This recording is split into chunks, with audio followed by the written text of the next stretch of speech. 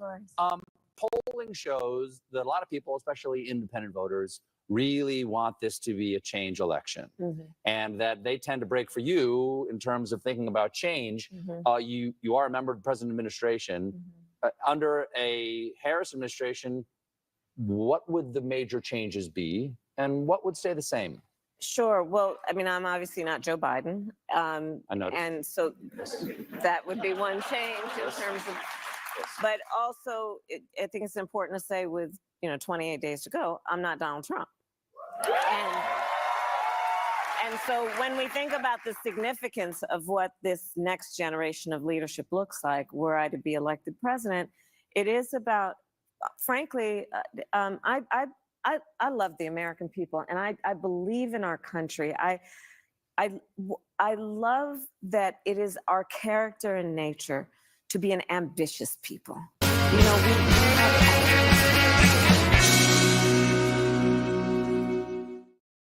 Hey, everybody, and welcome back to Speechless. I'm your host, Kev Ferris, 23-year-old conservative legal student here at Liberty University in Lynchburg, Virginia. Thank you guys so much for tuning in. You might have been wondering, hey, Kev, where have you been? What's been going on? Well, obviously, I am in my first year of law school, and so that has been quite stressful. But everybody, to make sure you don't miss a minute of any of this, so you don't forget to tune in when I am live. Don't forget to like this video, subscribe to the channel, comment what you think, share it with your friends, all that fun stuff. I'd love to hear what you guys think about anything I'm talking about. And I'm trying out some new things. I obviously got a fun background back there. Donald Trump just returned to Butler, Pennsylvania last week for his first rally there since the first assassination attempt against the former president. And so I have obviously that flag. I got a fun little one under there too. You guys might have seen my logo flag. I'm trying new things here. I got a new mic, trying to still bring you guys some of the best news given new circumstances. I'm not necessarily on the radio weekly anymore, but I still obviously have a lot to say, and I'm only getting better. That's the thing, is let's talk about that. In our current world, we ask ourselves, what are you doing to get better? What are you doing to get better? We can ask that of ourselves and of others. Maybe you work out every day. You read a book.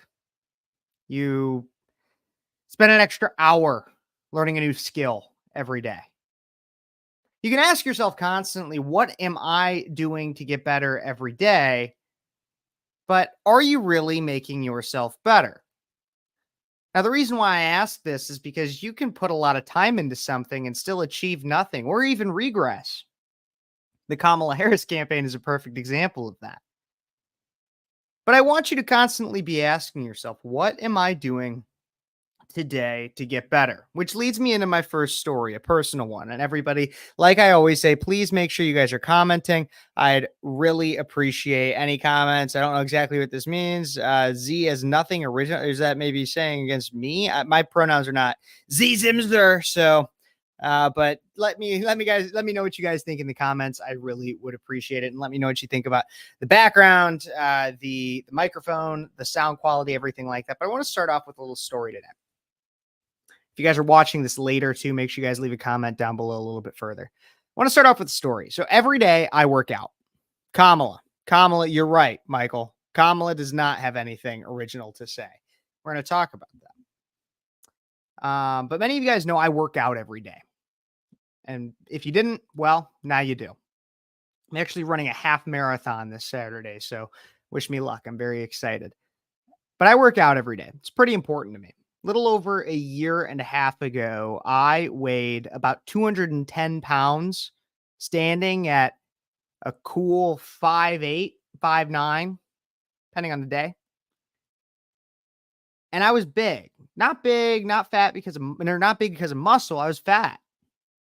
I was fat. I woke up every morning, looked in the mirror, and did not like what I saw.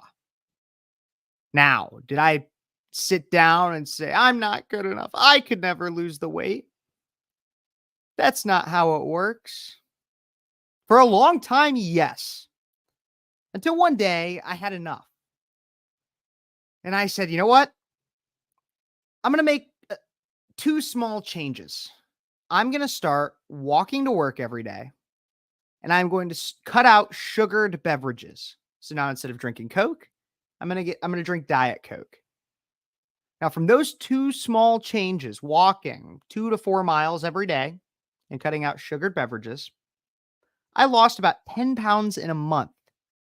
Now, fast forward a year and a half now, I am not just walking, I am running miles every day, several miles.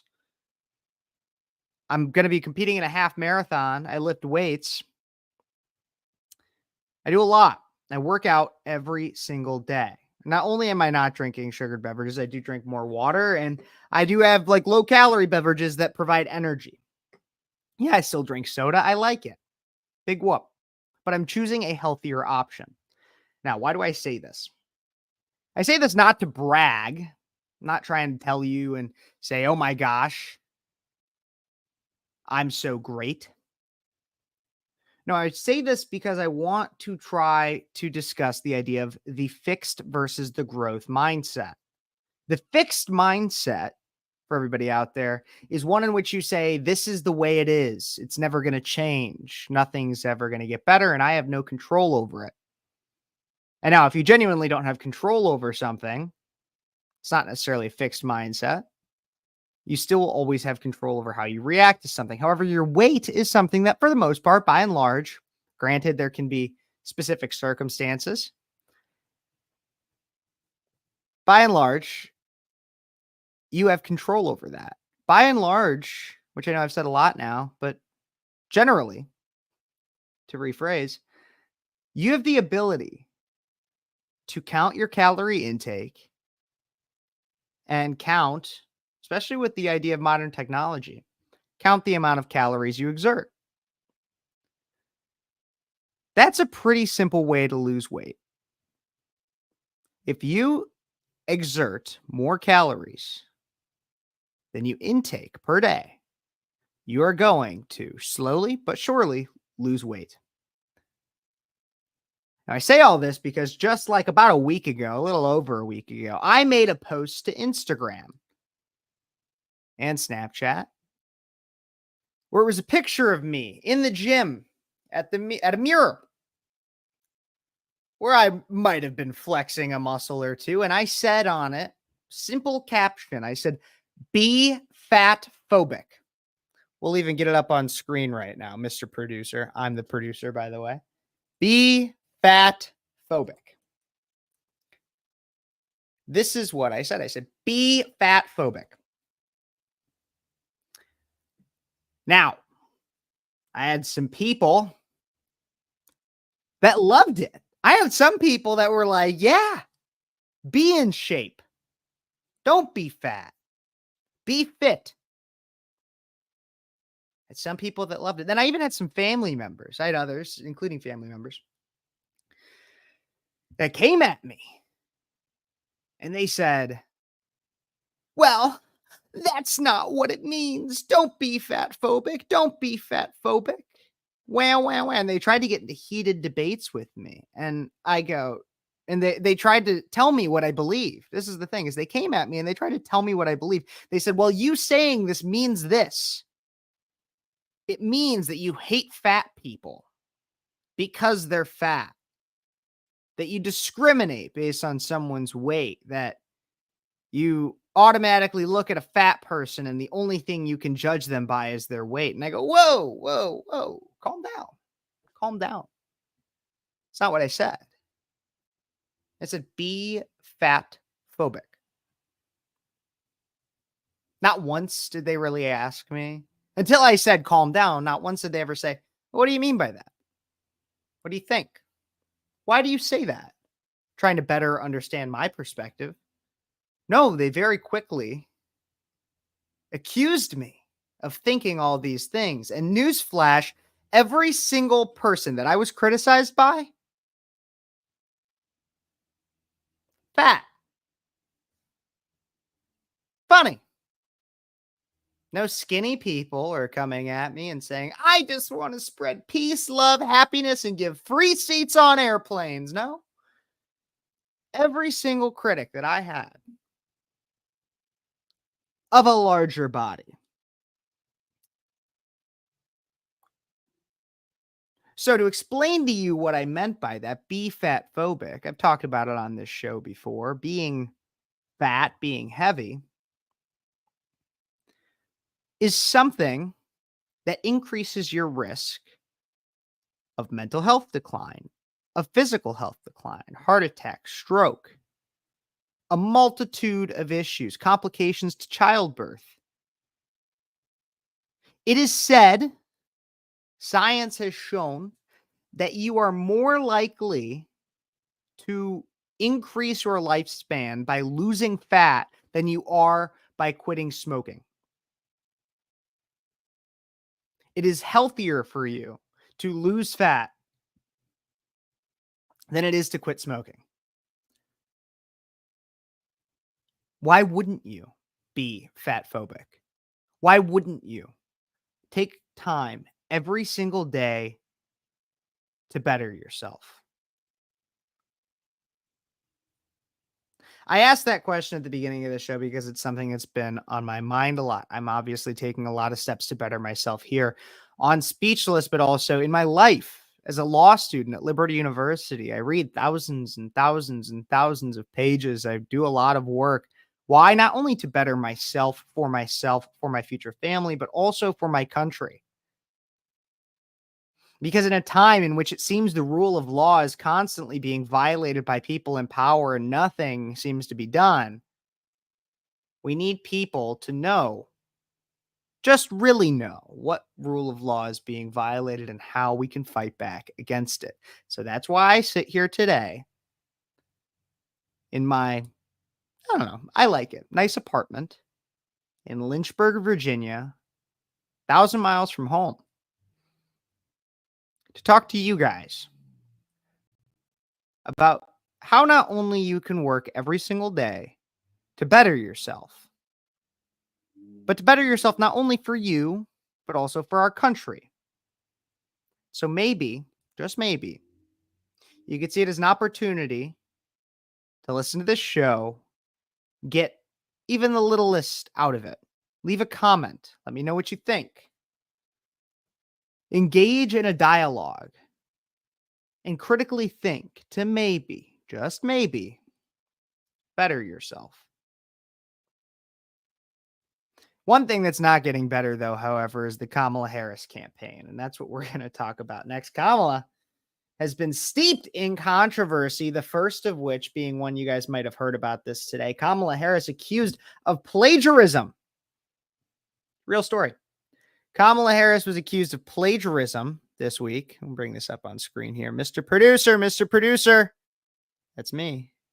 Let's find a way to, we'll edit this up here a little bit. So Kamala Harris accused of plagiarism in co-authored 2009 book about criminal reform. I'm going to move this over here. Sorry, guys. Like I said, I'm trying out new things here, so I don't necessarily know everything that's going on in all of this, but I'm going to keep trying to make this better for you guys. Okay, so Kamala Harris accused of plagiarism in a co-authored 2009 book on criminal reform. Okay, we got this here.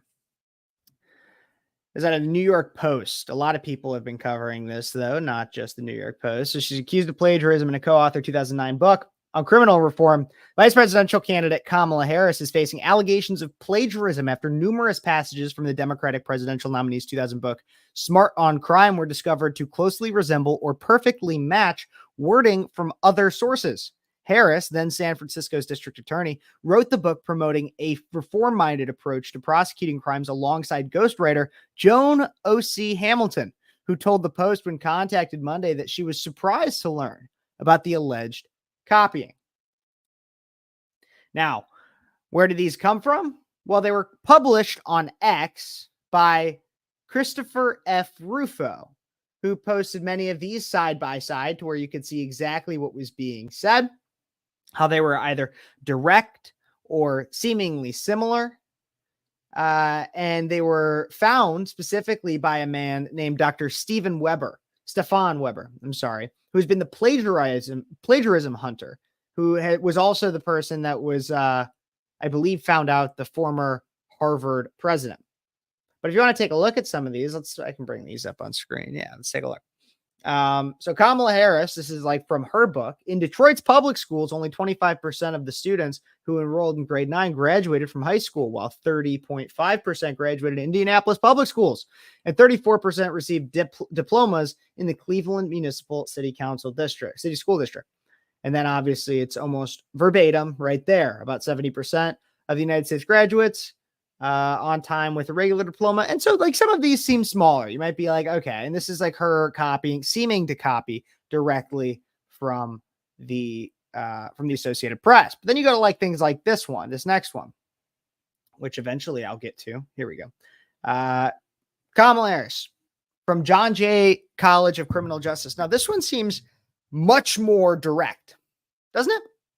High Point had its first face-to-face meeting with drug dealers from the city's West End neighborhood on May 18th, 2004. I could read both, and it's the exact same thing. The only difference you see in here is the word additional. Additional. Crazy. Curious. Vice President Harris. You get here, directly copied from Wikipedia. Almost verbatim. Now, Christopher Rufo, who published the allegations and credited the investigation to the Austrian plagiarism hunter Stefan Weber, with Rufo posting screenshots on X of 5 examples in which the wording in the book closely resembled other sources, if not even directly. Now, in each instance, the purported source material predates Harris's book publication date, making it more plausible that it was genuinely plagiarized. Now, the 5 side-by-side passages indicate that Harris may have lifted wording from an Associated Press article, Wikipedia article, Justice Assistance report, Urban Institute report, and John Jay College of Criminal Justice, many of which we just saw. In at least 2 of the instances, the sources of the original verbiage is cited in the footnotes, meaning that in some way, so in 2 of the instances that were listed, there was in some way almost a citation. However, quotation marks are not around the apparently copied words, and in other instances, passages appear to be wholly uncredited, such as the Urban Institute report. Now, the ghostwriter who was contacted by the New York Post said, "Oh gosh, I haven't seen anything. I'm afraid I can't talk to you right now, though. I'm in the middle of something. Let me go try to figure that out," is what she said.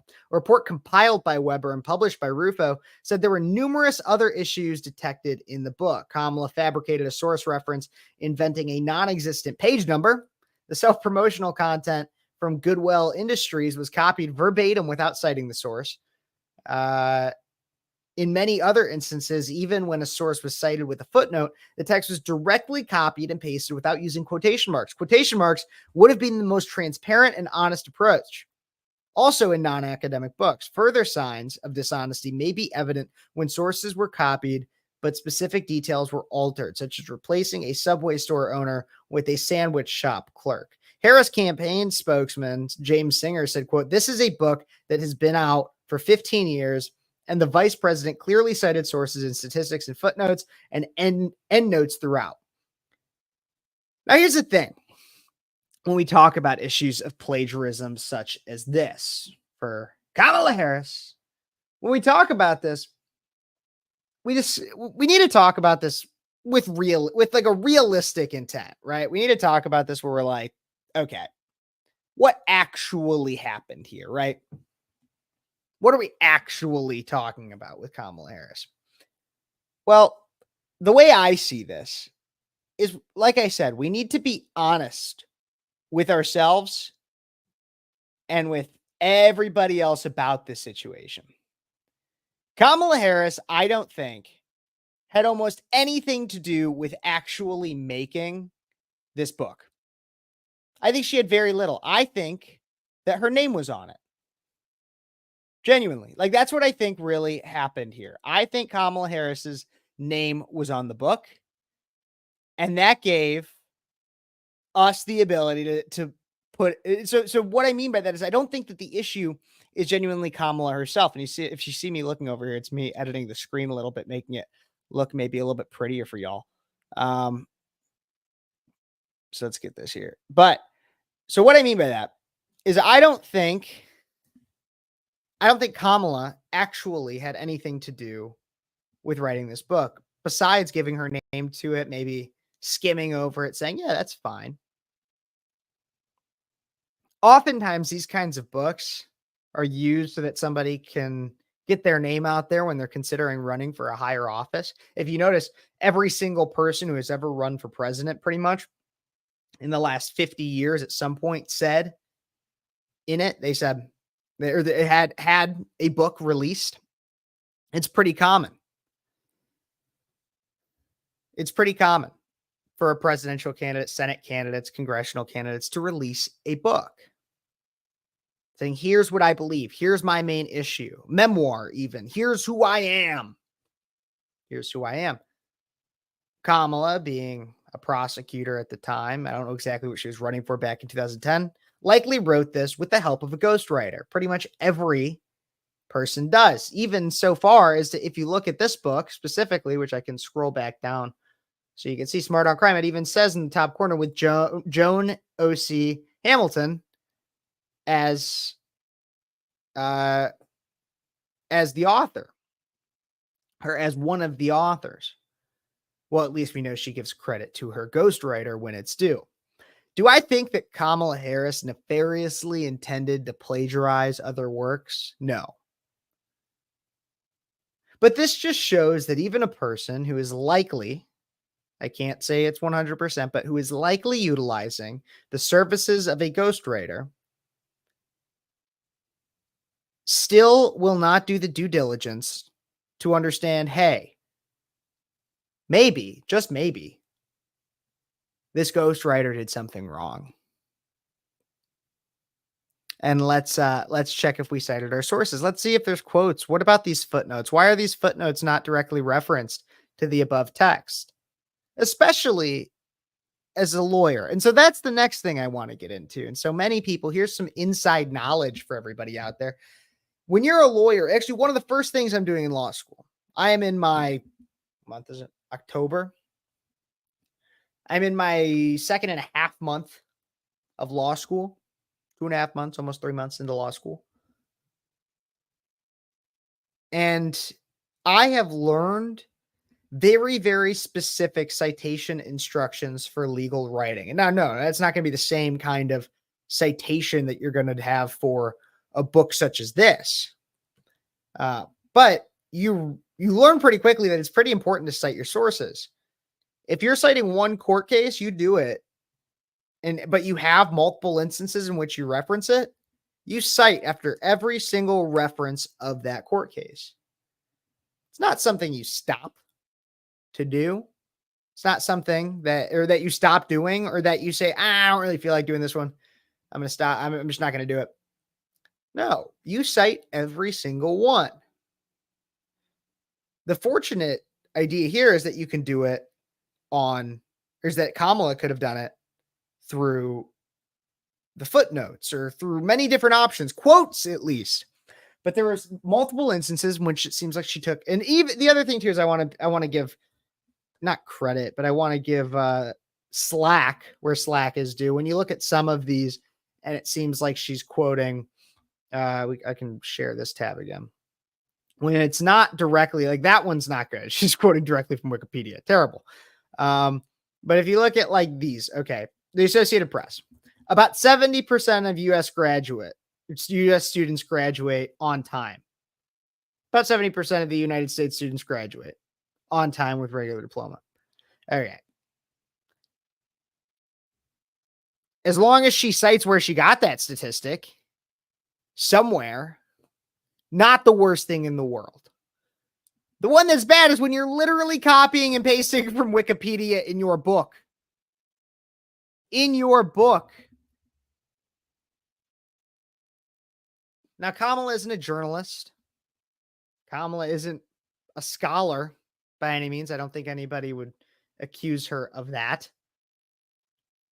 And many politicians have been accused and survived similar controversies in the past, most notably President Biden, who plagiarized a paper during his first year of law school and during his 1987 run for the presidency. He misappropriated the family history, and public remarks of British politician Neil Kinnock. Melania Trump has had an instance in which a speechwriter seemingly stole parts of somebody else, of another famous person's speech, just as much as many other politicians have survived this. She's not a journalist, she's not an academic, so she'll likely survive. So why is it important? It once again speaks to the integrity of Kamala, because as her campaign rightly notes, this book has been out for 15 years.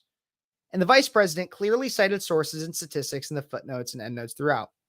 There are instances in which she cited sources. However, it would be important and notable if we didn't discuss this, because the left would do it the same way, if not even harder, if parts of the art of the deal seemed plagiarized for Trump, for example.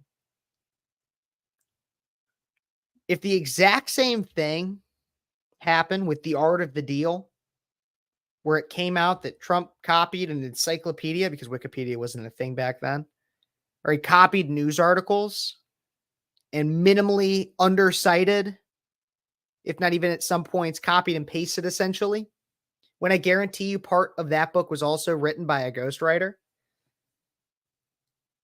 the world would be up in arms. You would have thought he literally shot someone on Fifth Avenue. And so while no, I don't think that this is going to be the story that breaks the camel's back of Kamala's campaign, it needs to be talked about in the fact that had it been anybody on the right, you would have thought they committed treason. When, while maybe not plagiarism being treason, the left, you could say, probably has done that. And the thing is even if you thought that maybe, just maybe, that would be, or we're like that, there's a story out there that could really destroy Kamala's campaign. There might be, and we're going to talk about some of those, because Kamala Harris's campaign is clearly floundering right now. Clearly, it's floundering. There's so many issues of controversy, and it's not just Kamala Harris's campaign, it's Democrats in general. Democrats seem to be having a very, very hard time sticking to the script. Clearly, they're having a hard time sticking to the script. And so why don't we, let me pull this next story up here again. I produced, so if there seems to be any issues, I'm sorry, but please let me know what you guys think in the comments. Don't forget to like this video, subscribe to the channel, comment what you think, share it with your friends, and keep me updated. What are you guys thinking? What are you guys thinking as you're watching this? Do you guys disagree with me? Do you agree with me? Of course, I want to know exactly what you think. But Kamala Harris's campaign is floundering. That's why she's been doing a slew of different shows, interviews, etc. She even went on the Call Her Daddy podcast. We're going to react to that here on the channel sometime within the next week or so.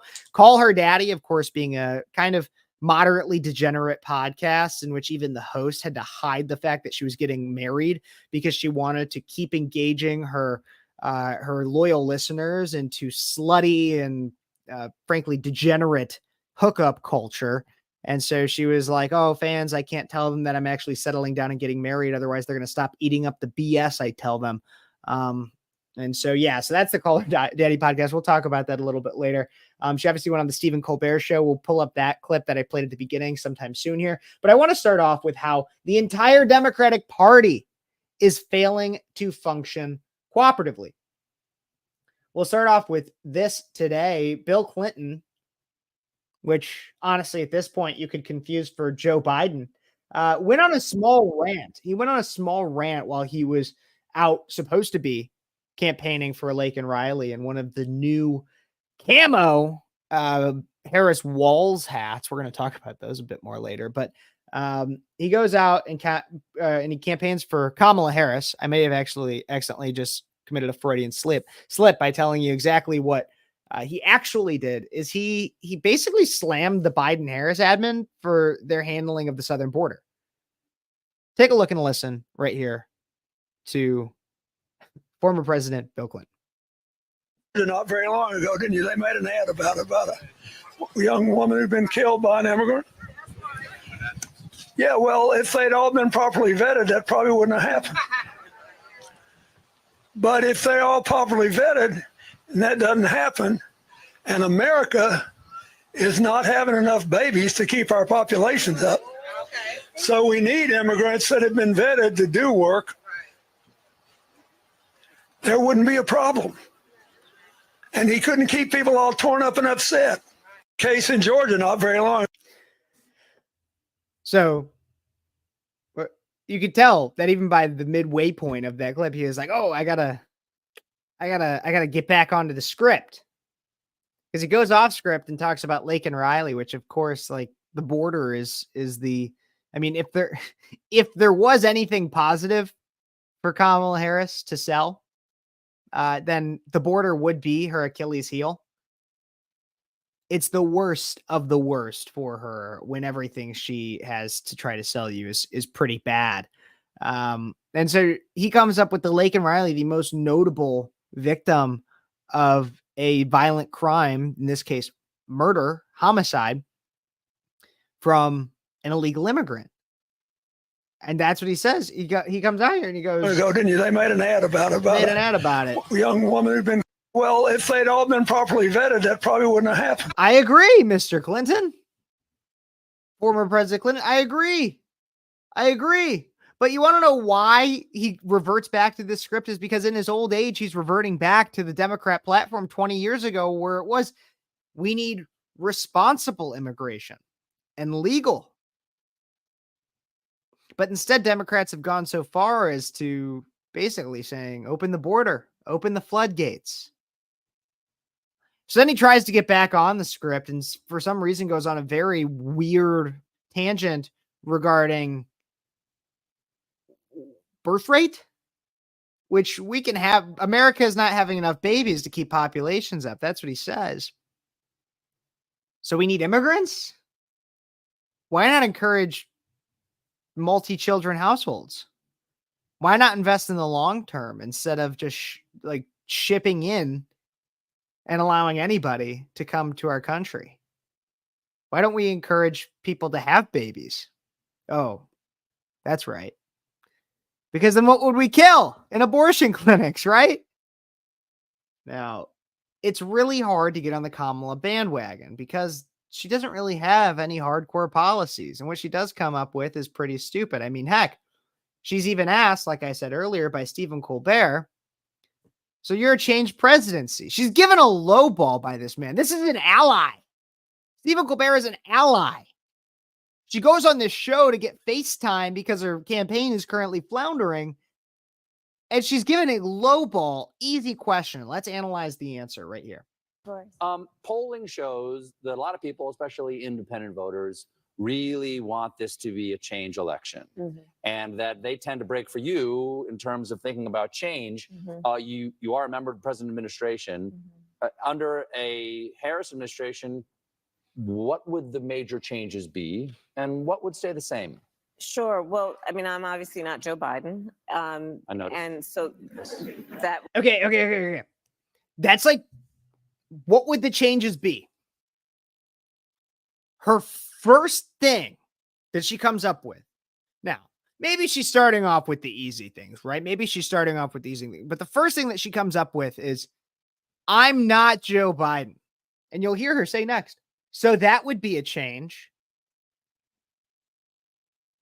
Okay, we were hoping for something maybe a little bit deeper than that, Kamala, but I guess you're not wrong. But you also just happen to say like one of the stupidest things you could possibly say. She almost seems surprised that people are laughing at that. She almost seems surprised. That's the funniest thing to me is she's like, what? Obviously, I'm not Joe Biden. Everybody's laughing. And she's like, oh, yeah. Would be one change in terms of, but also I think it's important to say with, 28 days to go, I'm not Donald Trump. Okay, so that's not a change. He was asked, how are you a change? I'm not Joe Biden, so that would be a change. I'm also not Donald Trump. And here's the key pitch of her campaign right there. And I've said it before, and I'll say it again. The key pitch of the Harris-Walz campaign is, I'm not Donald Trump. And so I'm going to tell you all these lies about Donald Trump. He's a racist. He's a sexist. He's a homophobe. He's a misogynist. He wants to physically grab you and control your body. That's what he tells them. He hates women so much that he'll go on Fox News, do a town hall where the audience is only women. He hates women so much he'll discriminate against men for his town hall audience. That's what they'll tell you. They'll tell you all these lies because then they can come out and it seems more like a viable sell. I'm not the other guy. But the funniest thing is that to all those who said anyone but Trump, put your money where your mouth is, because is this really what you want? When you say anyone but Trump, that's what you want right there? That's what you want. Anyone but Trump. That? And so when we think about the significance of what this next generation of leadership looks like, were I to be elected president, it is about, frankly, I love the American people, and I believe in our country. I love that it is our character and nature to be an ambitious people. You know, we have aspirations. And so then she continues to just give word salad. Once again, the original question from Stephen Colbert, lowball, friendly question, was, how will you be different? And her answer is, I'm not Joe Biden. And then dribble. Of dreams. We have incredible work ethic, and I just believe that we can create and build upon the success we've achieved in a way that we continue to grow opportunity, and in that way grow the strength of our nation.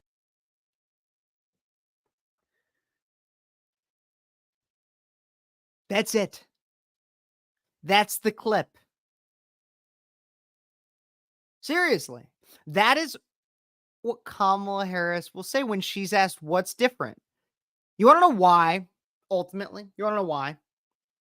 Is because truly, when you ask the question and when you seek an answer for the question of what is going to be different under Kamala Harris, she doesn't have an answer. There's no clear, actual, real answer as to what is gonna be different. What's gonna be different with Kamala? Because when the best answer that you could probably assume is what she gave. She will be not Joe Biden. So that will be different. However, the policy as bad, if not worse, because it's the only plan that she has. The poorly planned coup d'etat of the Democrat Party and nomination is pretty clearly coming to its ultimate, most hilarious and tragically hilarious conclusion. The fragmentation due to a lack of policy alignment, the lack of agreement, and also the begrudging attitude of those that were left in the past is clear. And so not only is Bill Clinton failing to get on the bandwagon by buying into the next generation of idiotic policy, no, now we even have Joe Biden coming out. And allegedly, there's a major rift between Kamala Harris and Joe Biden. Let's take a look and a listen right here, or not even a listen. We'll take a look right here. Let's bring this up. So, dumb things for her to do. Rift between Harris and Biden camps causing internal disruptions, sources say. Yet a White House spokesperson said Biden has continually made clear his support for her. Sources close to the White House report that an ongoing rift between Biden and his staff and Kamala Harris and her staff, with issues tracing back to initial weeks following Harris's nomination by the DNC.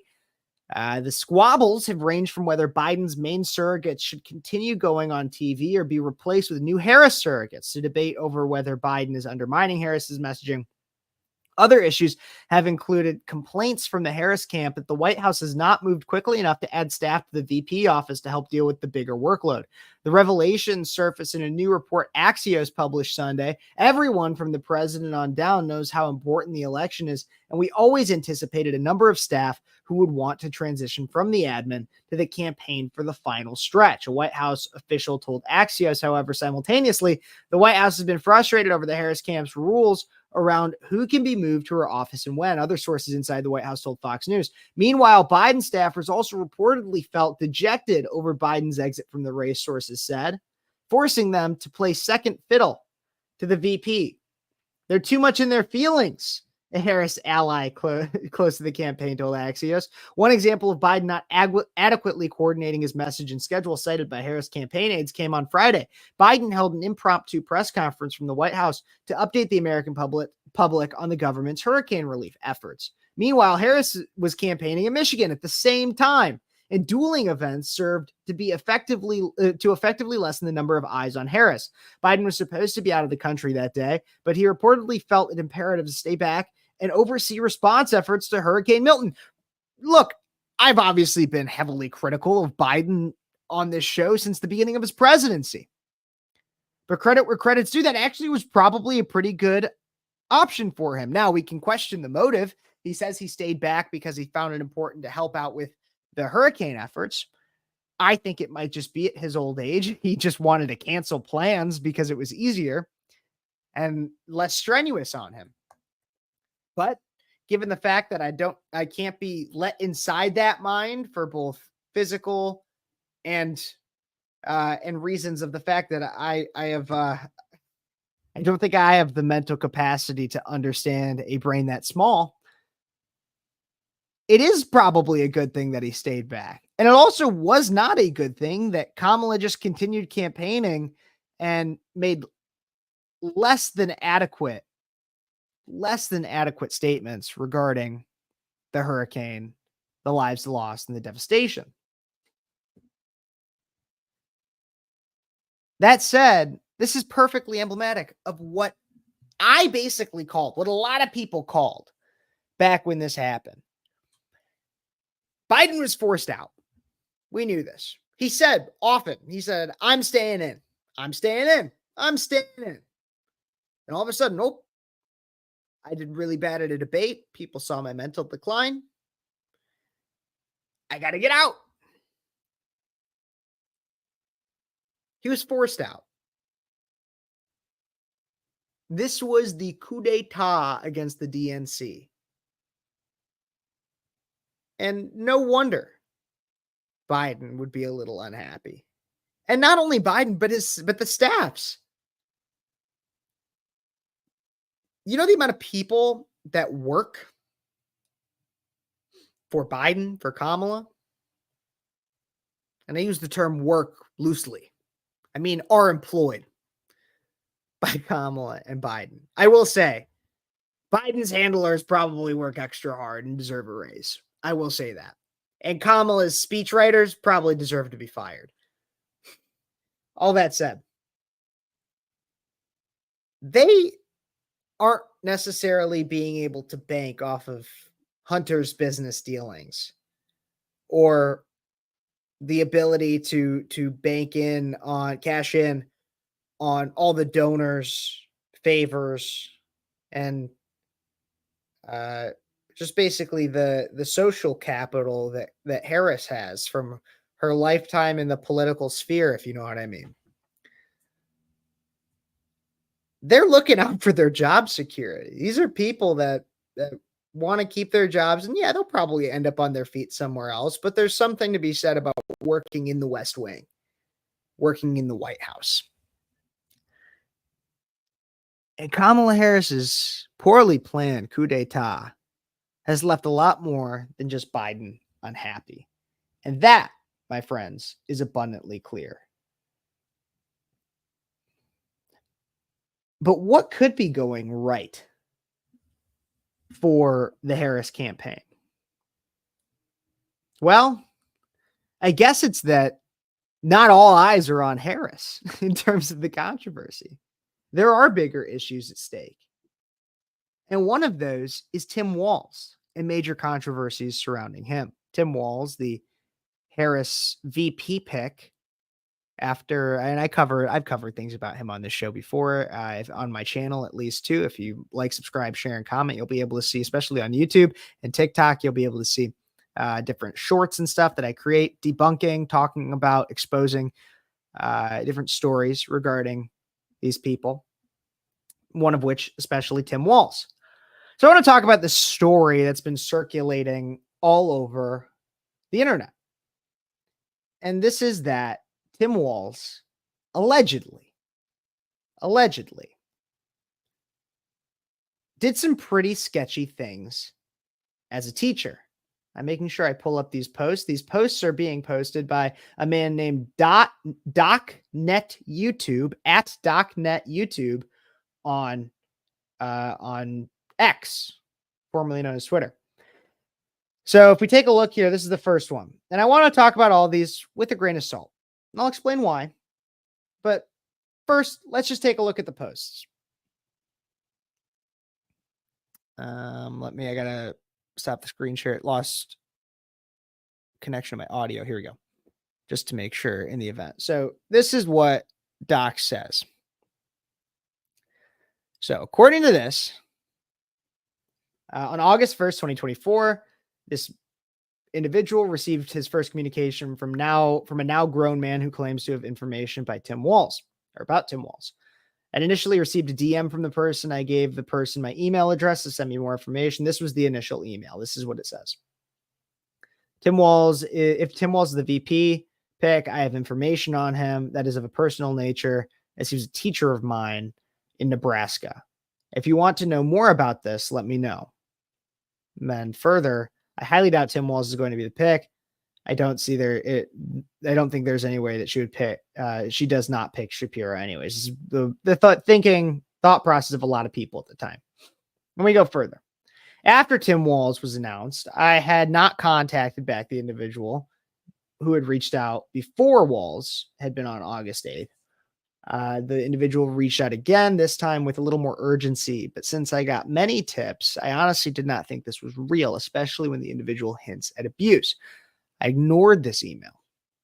Now that Tim Walz has been picked as the VP, I think it is important we speak.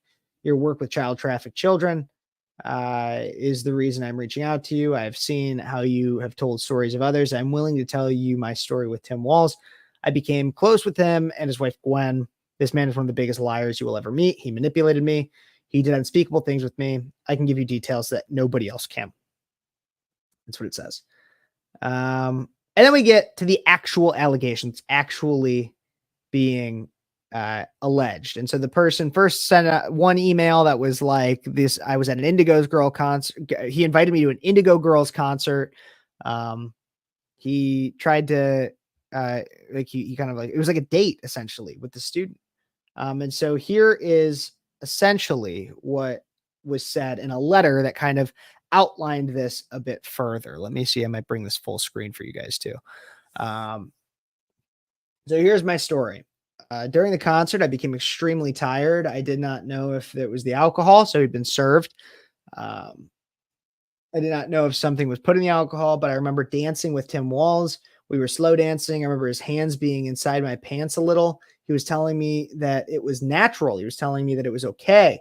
After the concert, Gwen was not to be found. Tim had said he would take me home, but we would stop off and get something to eat. Being 14 years old, again, this was a 14-year-old.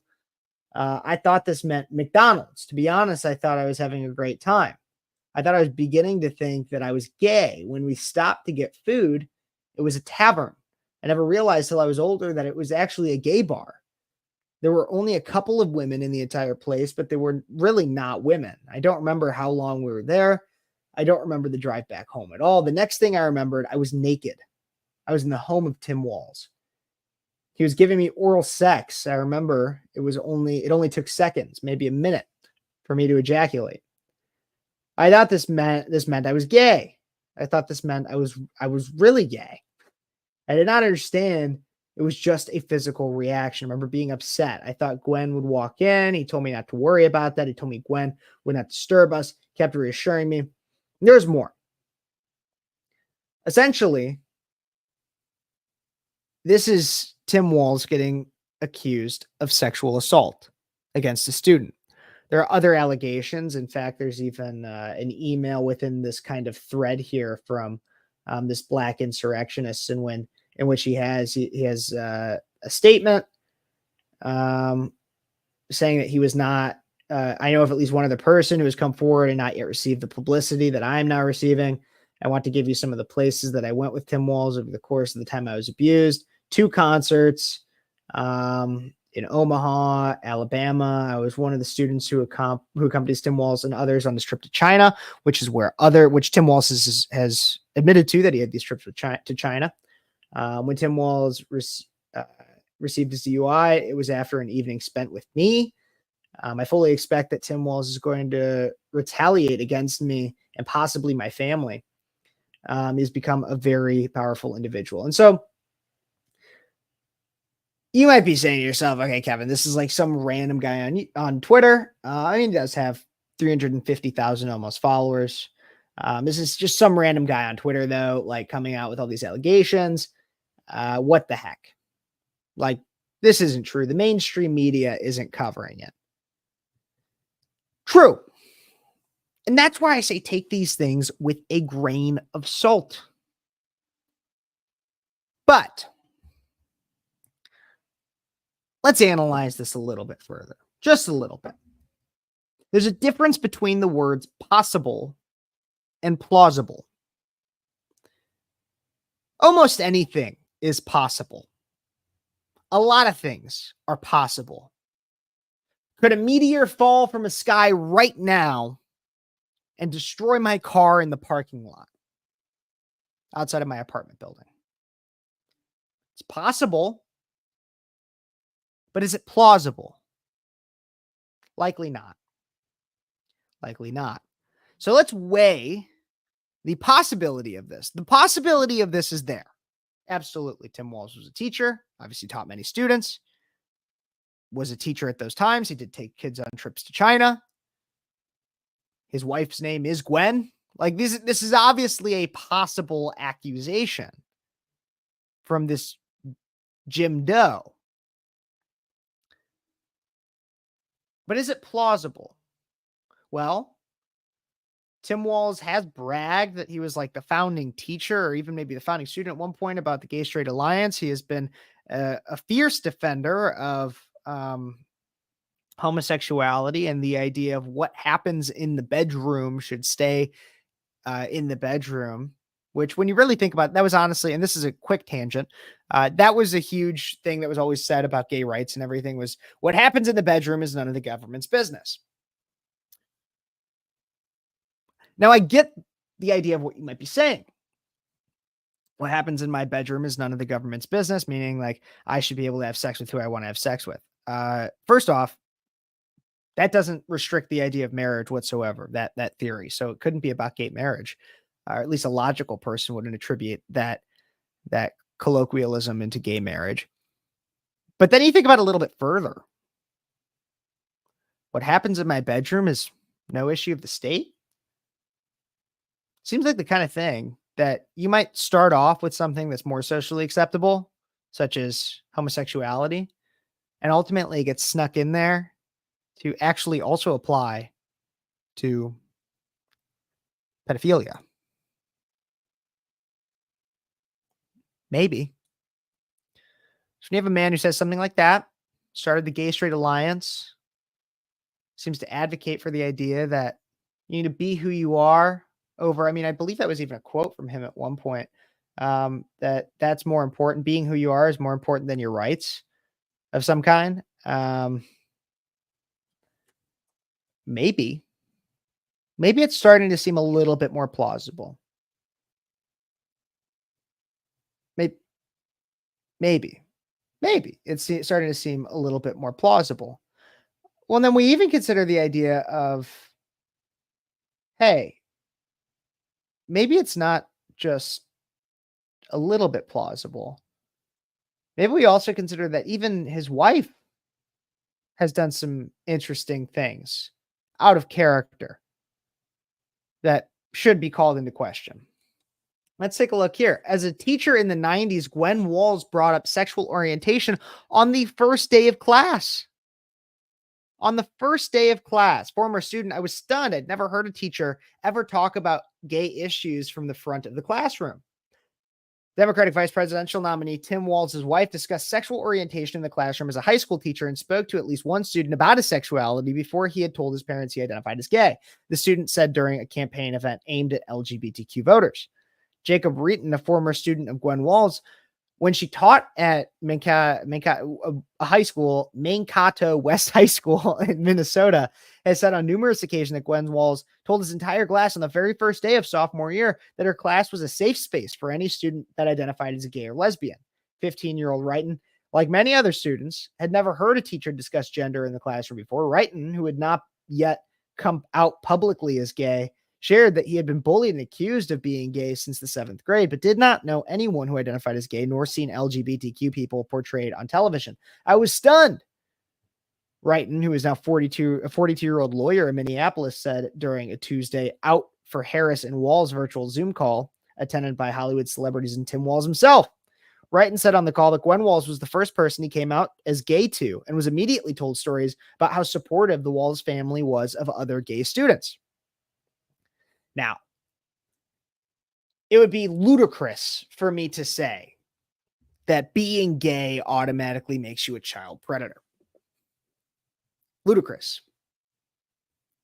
But would it be ludicrous for me to say that this increases the plausibility of the allegations that Tim Walz himself has been incredibly supportive of the idea of what happens in your bedroom is by no means the business of the state. When the allegations include the idea of ignorance from Walz's wife. And in this, we see ignorance from Walz's wife. Now it's making it seem a little bit more plausible. Now, how plausible, I'll leave up to you. Because at the end of the day, what I want to say truly isn't even necessarily about the plausibility, the exactness, or whether or not Tim Walz is this evil child predator that he very well may be. What I want to say is let's evaluate this as if we were a leftist and if Tim Walz was Donald Trump. Well, there have been numerous allegations of sexual assault made against Trump. Criminal actions that went nowhere, civil actions that went nowhere. One civil action that actually did get found for Trump to be guilty. Not guilty, liable. Guilty is criminal. Liability is much different. In law, it doesn't take much. Well, it takes a lot less to prove liability in a claim than it does to take guiltiness in a criminal action. And so you even have issues of criminality. And so when you ask that, I'm sorry, not criminality, you even have issues, you think about that. You think about how leftists would treat the idea of Donald Trump. Well, he's guilty. Because an allegation was made, he must be guilty. This happens not only against Donald Trump, this happens about over everyone in the Me Too movement. Because an allegation was made, he must be guilty. Now, this is how you know it's political. And that it's simply because of who Trump is and who certain people are. And how you know that Democrats, liberals, and those who follow the orthodoxy have a level of privilege in a social sphere different than those who even once unapologetically challenged the liberal status quo. Tim Walz had allegations made against him. Will he face the same repercussions Donald Trump did in the social sphere for said allegations by the liberal mob?